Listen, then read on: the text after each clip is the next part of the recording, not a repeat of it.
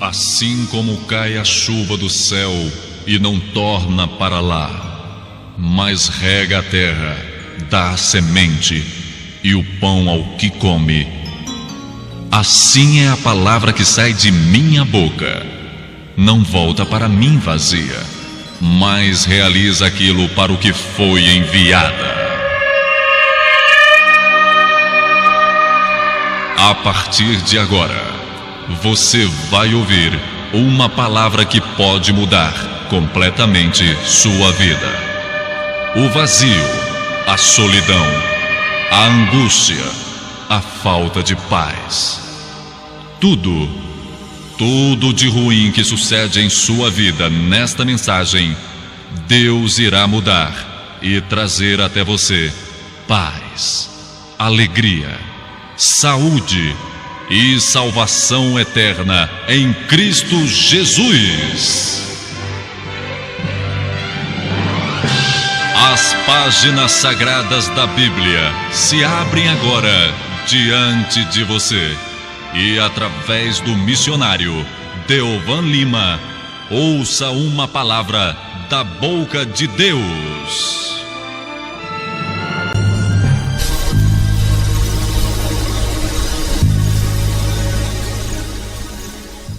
Todas as parábolas de Jesus traziam um objetivo, uma razão.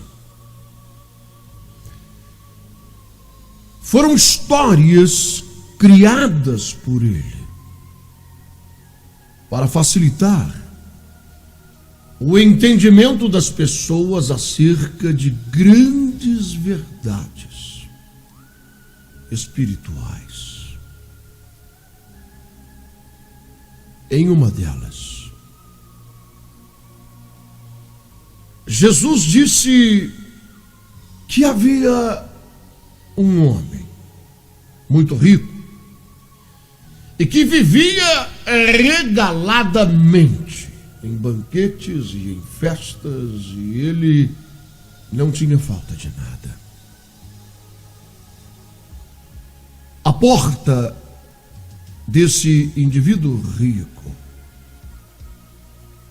jazia um pobre sujeito, um mendigo, um pedinte chamado Lázaro. E esse sujeito era tão necessitado que ele desejava se alimentar pelo menos de algumas sobras, quem sabe do lixo que era trazido para fora da casa do rico. E ele então buscava naquele lixo alguma coisa para comer. Veja isso.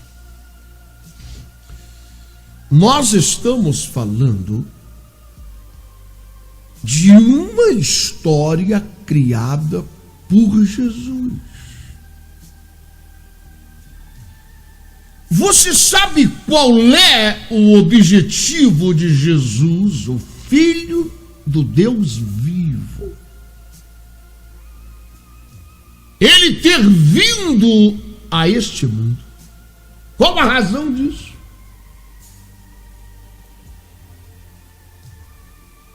Sim, a palavra de Deus diz de forma bem resumida e simples que ele veio buscar o que se havia perdido. Ele veio devolver a um homem caído e destruído pelo pecado, ele veio devolver dignidade e aliança com o Pai. Ele veio pagar o preço. Ele veio receber sobre si a maldição que estava sobre nós, nos resgatar desta maldição.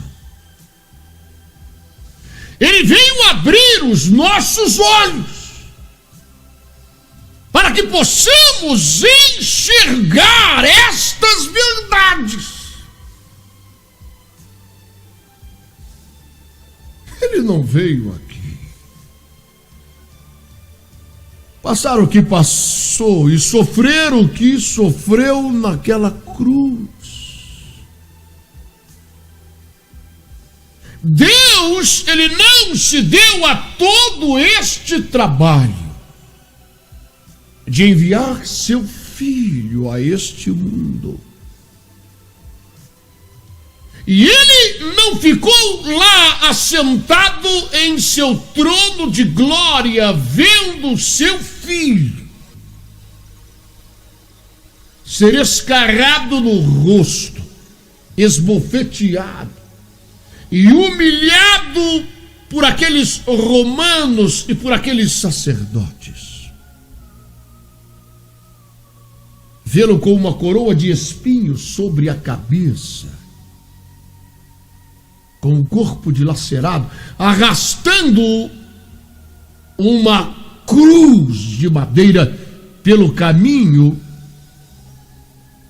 ou a parte horizontal desta cruz, como era o que realmente sucedia. E essa parte horizontal era colocada sobre os ombros do sentenciado, que iam levando pelo caminho até chegarem ao lugar da sua morte.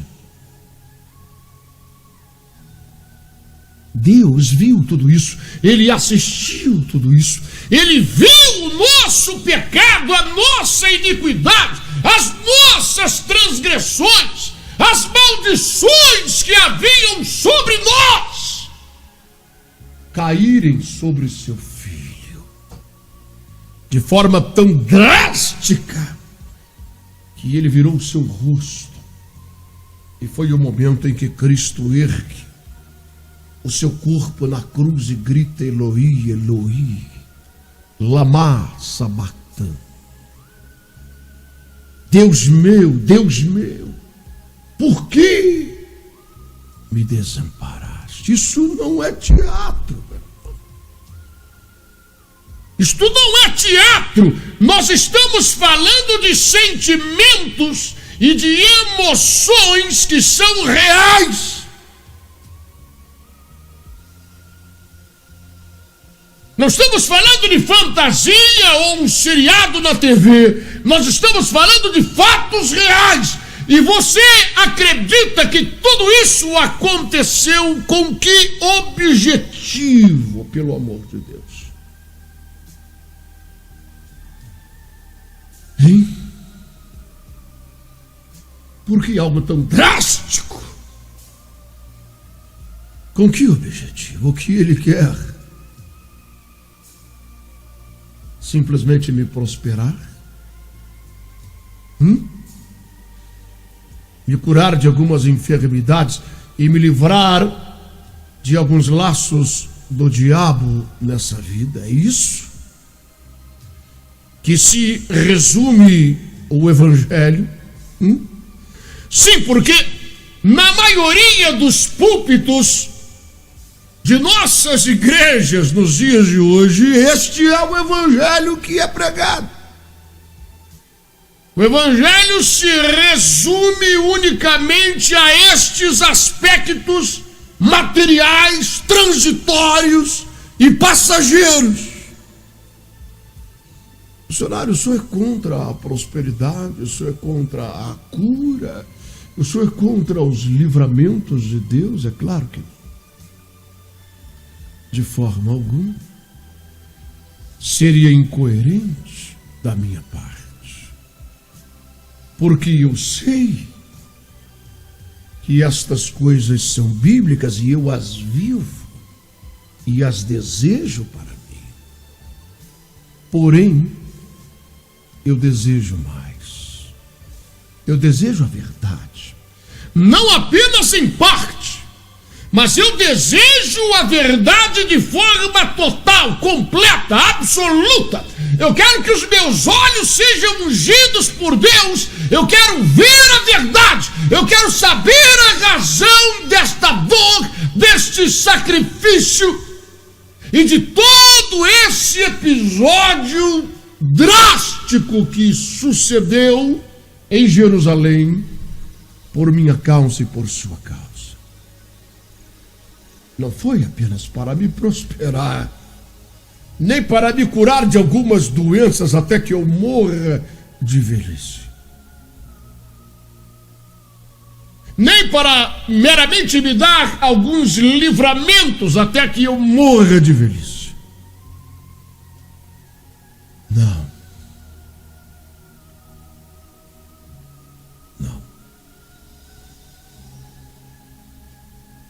O que é o Evangelho? O que, na verdade, significam estas boas novas? Que Jesus mandou os seus discípulos dedicarem suas vidas a isso.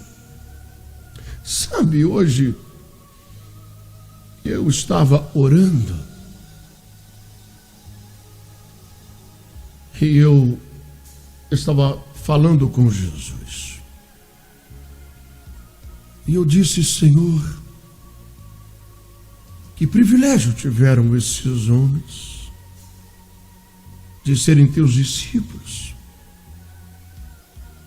de andarem contigo, de assentarem-se contigo à beira de uma fogueira e conversarem, ouvirem teus ensinamentos, receberem a unção das tuas mãos para fazer a tua obra e dar continuidade à tua obra e operar os mesmos sinais e fazer coisas ainda maiores, conforme o Senhor mesmo disse. Que privilégio extraordinário! E eles não fizeram nada para isso. Ou seja, o que esses homens fizeram na vida para serem dignos disso? O que os diferenciava dos demais? Porque o Senhor passou uma noite inteira em oração ao Pai, e quando desceu daquele monte, separou 12 homens. Eles iriam pregar as boas novas. Que qualidade é essa que o Senhor viu neles? Porque esta é a qualidade que eu quero ter na minha vida. O que esses homens fizeram para merecer? Eu não vejo entre eles nenhum com uma eloquência especial. Eu vejo a maioria deles homens ignorantes, iletrados, indoutos.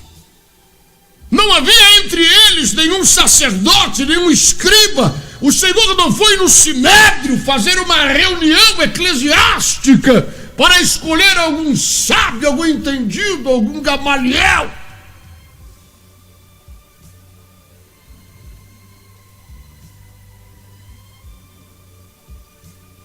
O objetivo desses discípulos seria anunciar as boas novas, sem distorções, sem mutilações. E isto é uma característica essencial na vida de um discípulo de Cristo. Alguém que não se corrompe, alguém que não vende sua alma, alguém que não prostitua a palavra de Deus por interesses próprios.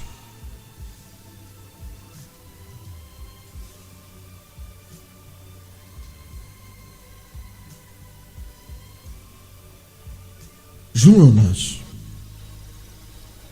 foi um homem em que nele observamos um grande grau de complexidade nas suas atitudes. Você sabe disso.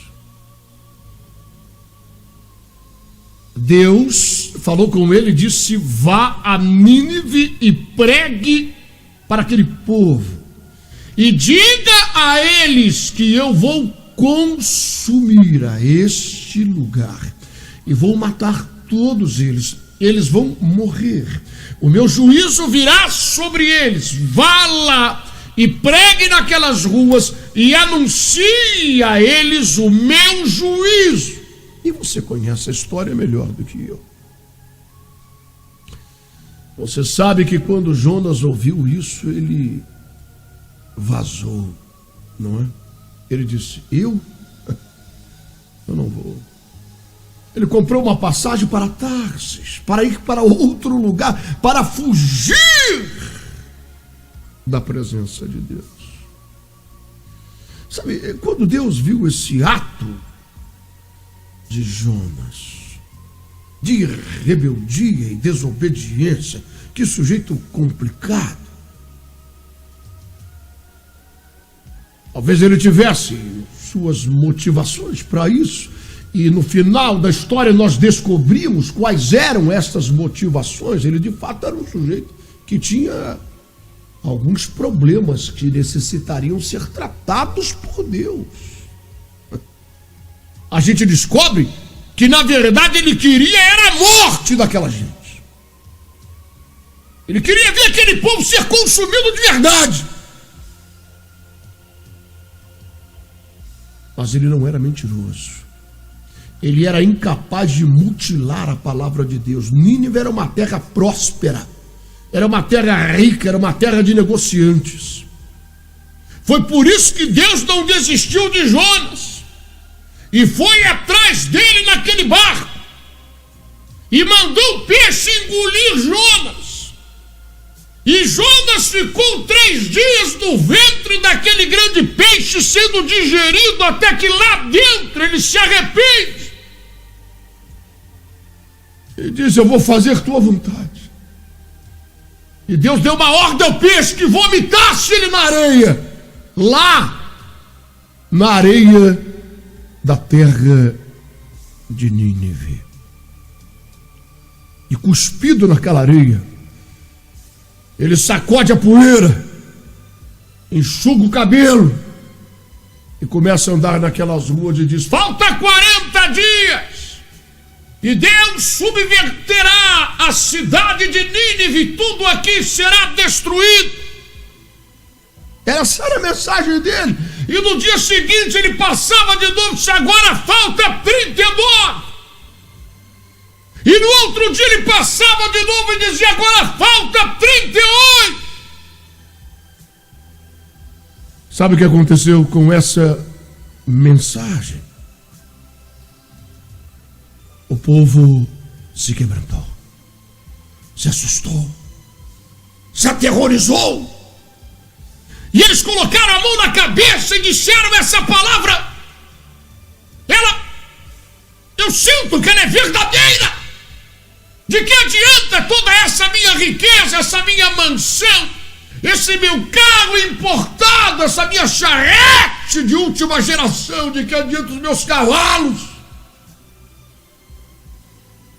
De que adianta todo esse dinheiro que eu tenho guardado da poupança do banco de Nínive?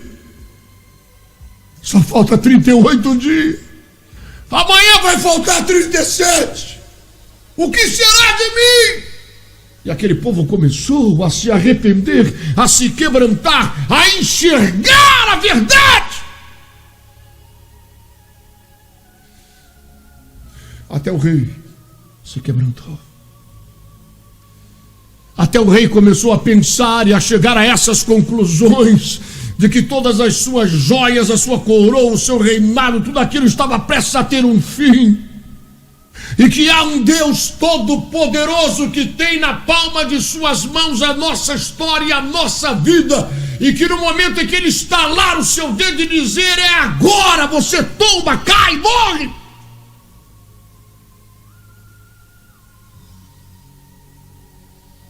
E se encontrará diante da eternidade. E o rei proclama um jejum. E disse, ninguém vai comer mais nada, nem os animais. Vamos nos humilhar. Veja, Jonas não falou nada disso. Não os conclamou a um arrependimento. Ele estava trazendo apenas uma sentença.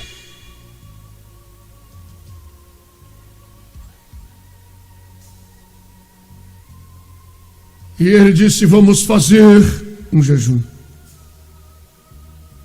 E vamos nos arrepender de nossos pecados, de nossa vida imbecil, de nossa ignorância.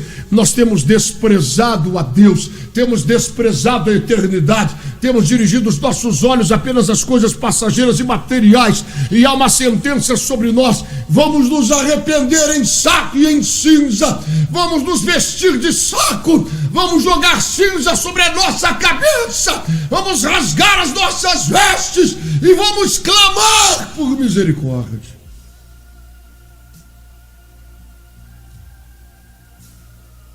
E Deus os perdoou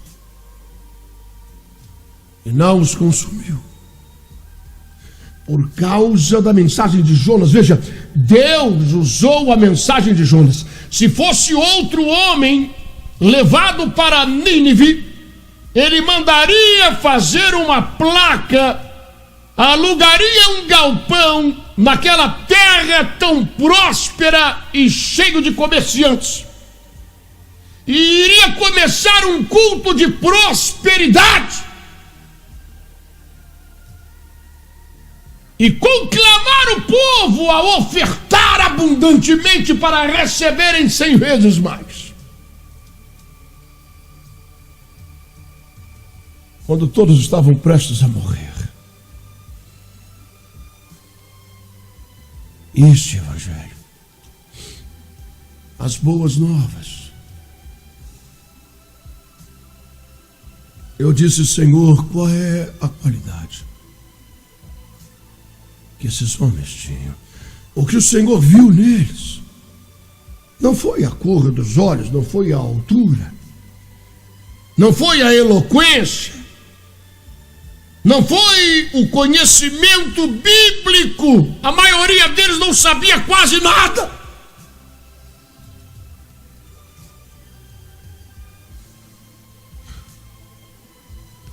Sabe, e Jesus, ele me disse nessa tarde que ele viu a capacidade de renunciar. Nem todo mundo tem. É verdade. É verdade. Nem todo mundo tem. Nem todo mundo pode ser discípulo dele. Nem todo mundo pode entrar no reino dos céus. Sim.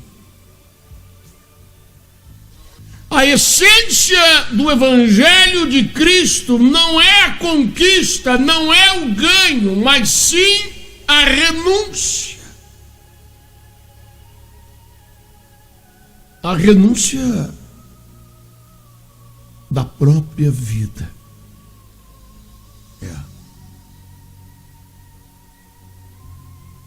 Aquele que achar a sua vida neste mundo, disse Jesus, a perderá para sempre.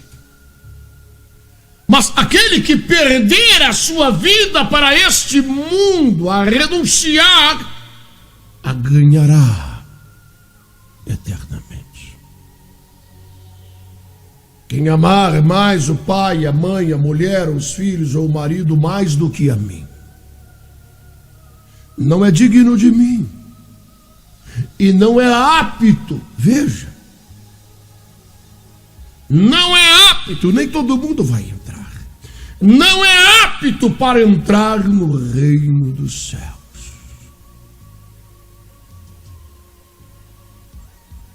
Mestre, te seguirei por onde quer que tu fores, deixa primeiro enterrar meu velho. Deixa os mortos enterrarem os seus mortos. Tu vem e me segue agora. Os passarinhos têm os seus ninhos. As aves dos céus têm os seus ninhos. As raposas têm os seus covis. Mas eu, o filho do homem, não tenho muitas vezes onde reclinar a cabeça. Você quer andar comigo? Você quer caminhar comigo? Mestre, que devo fazer para entrar no reino dos céus? Eu estou arrupiado e emocionado com tantos milagres, vendo o paralítico andar, leproso purificado, cego vendo, aleluia! Que maravilha! Que devo fazer? Para ser teu discípulo, eu quero entrar nessa coisa. Está emocionante, a multidão te cercando. Pães multiplicados, peixes multiplicados, aleluia.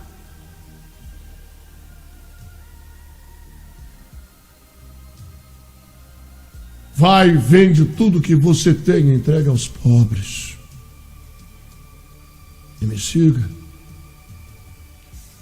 Terás então um tesouro no reino dos céus. O rapaz baixou a cabeça e foi embora.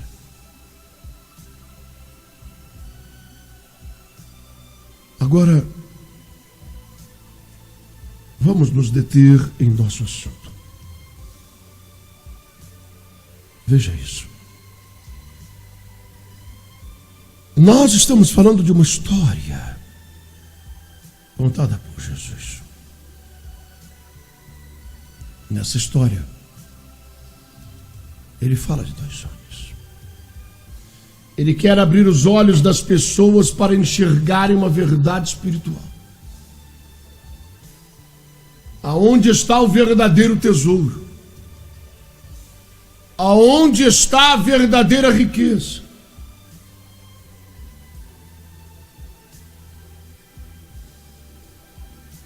E ele disse que aquele sujeito rico, milionário, levava uma vida dissoluta e sem se importar com as coisas espirituais, porque ele já tinha a sua consolação. Você lembra daquilo que Jesus pregou naquele monte? Nada errado com a riqueza em si, o dinheiro não é fabricado no inferno, mas o amor e o apego aos bens materiais é a raiz de toda espécie de males.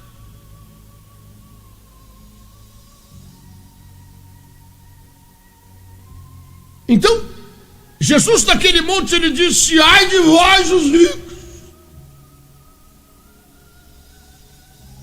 Essas pessoas que têm apego, amor, são avarentas, mão de vaca. A Bíblia diz que o avarento, ele é idólatra de si mesmo, ele é idólatra da sua grana, ele é idólatra de suas propriedades. A Bíblia diz que ele não entrará no reino dos céus. Ai de vós os ricos, porque já tendes a vossa consolação. A vossa consolação não é o reino dos céus, não são as ruas de ouro, não são viver com o Deus Todo-Poderoso pelos séculos dos séculos. A vossa consolação é isso aí. Ai de vós, que agora rides, porque havereis de chorar.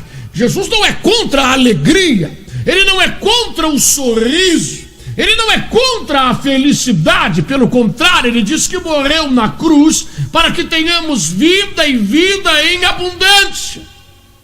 Mas qual é a motivação de nos fazer sorrir? É isso que ele quis dizer quando naquele monte ele disse: ai de vós que agora rides, porque havereis de chorar. Em outras palavras, ai de vós que encontram nesse mundo motivos para dar gargalhada. Vocês estão enturmados com as coisas desse mundo, vocês haverão de chorar. Bem-aventurados são vós que agora estão chorando por causa das coisas deste mundo, havereis de sorrir. Bem-aventurados são vós que têm fome e sede de justiça, porque serão saciados. Jesus disse que aqueles 2 morreram. O rico foi para o inferno, e aquele pobre coitado foi para o seio de Abraão. E então Jesus disse que esse rico jazia no lugar de tormento, em chamas.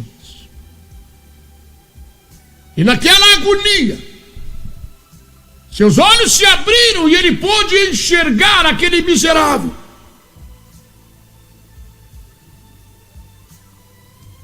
Aquele homem que muitas vezes ele passou por ele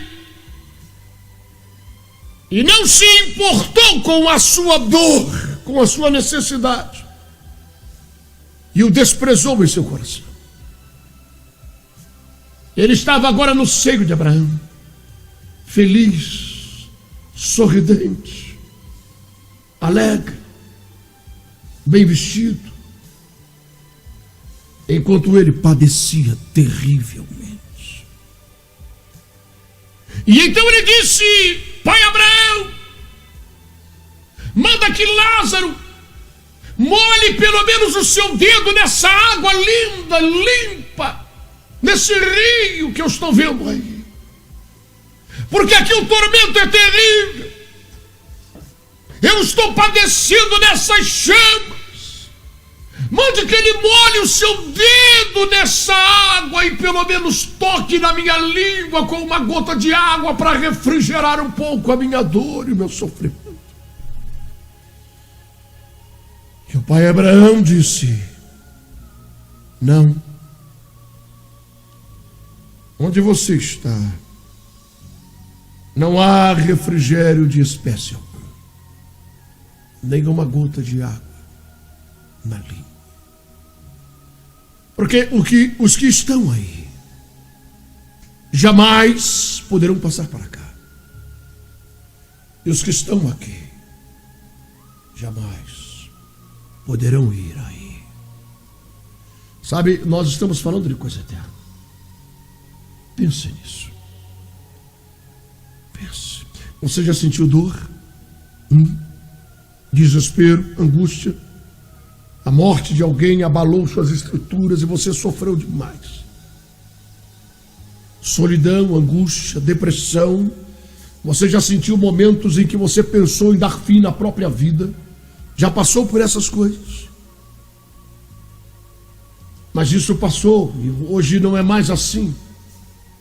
Mas pense em momentos assim, aquele mais horrível, aquele mais sofrido, aquele mais ardido, aquele mais desesperador. Pense em você viver momentos assim, eternamente sem refrigério, pelos séculos dos séculos dos séculos. É isso que Jesus está falando e procurando alertar as pessoas para que elas abram os olhos antes que seja tarde demais. Porque quando isto acontecer e quando elas forem para lá, não poderão mais passar para o céu. Não haverá chance.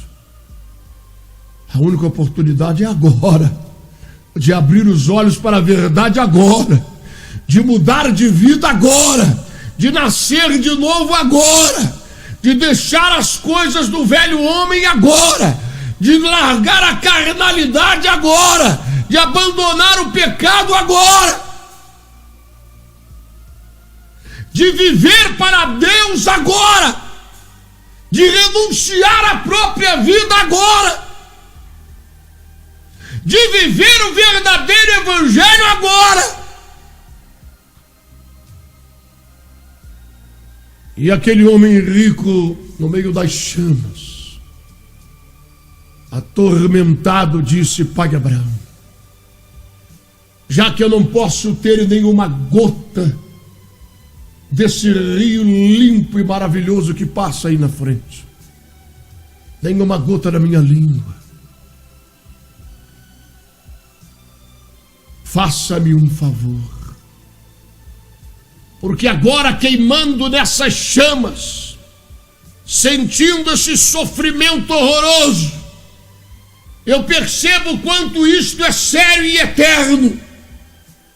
E eu percebo quanto eu vivi a minha vida de forma estúpida estúpida e ignorante, que todo o dinheiro que eu tinha não valeu de nada. Então eu te peço, pelo amor de Deus, manda Lázaro ir lá na minha casa, no meio dos meus familiares, manda ele falar a verdade, manda ele pregar a verdade, manda ele alertar essa gente. E o pai Abraão disse: não, eles têm Moisés e os profetas. Se não crerem nas palavras de Moisés e dos profetas, não crerão, ainda que levante alguém dentre os mortos. Meu irmão, minha irmã, eu preciso encerrar esta mensagem. E eu quero dizer uma coisa.